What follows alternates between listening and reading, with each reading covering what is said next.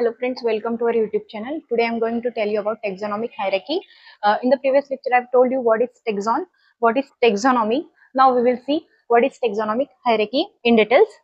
So this term was introduced by Carolus Linnaeus. Who introduced this term? Carolus Linnaeus in 18th century. Okay. So remember this name, Carolus Linnaeus, who was a Swedish botanist and who we called father of taxonomy.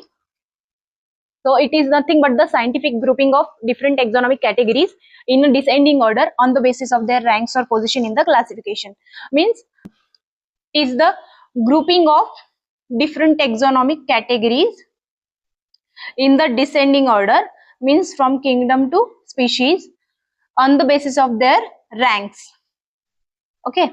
It is the scientific grouping of different taxonomic categories, means organisms can be categorized into different ranks or categories on the basis of their similarities or differences and their evolutionary patterns also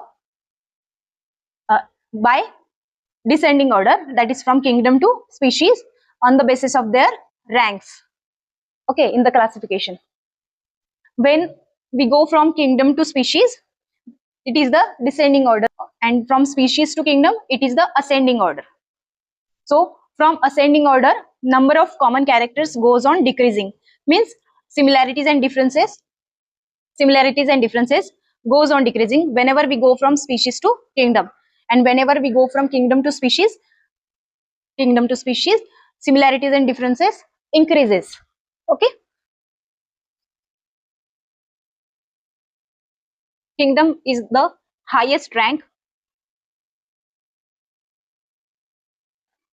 and the species is the lowest from all the ranks, and phylum includes all animals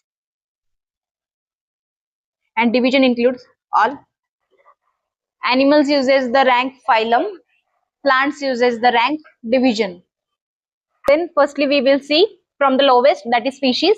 It is the group of organism which can interbreed, means we can say if two organisms from the species can interbreed, means they can produce offspring.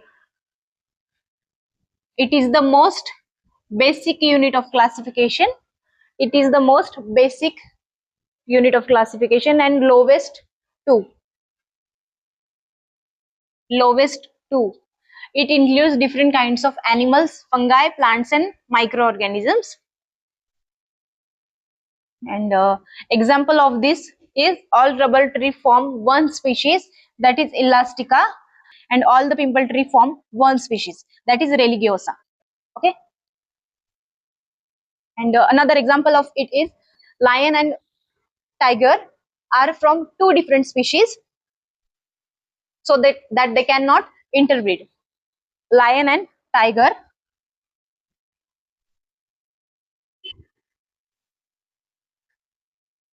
can they reproduce? No, they cannot reproduce to make offspring.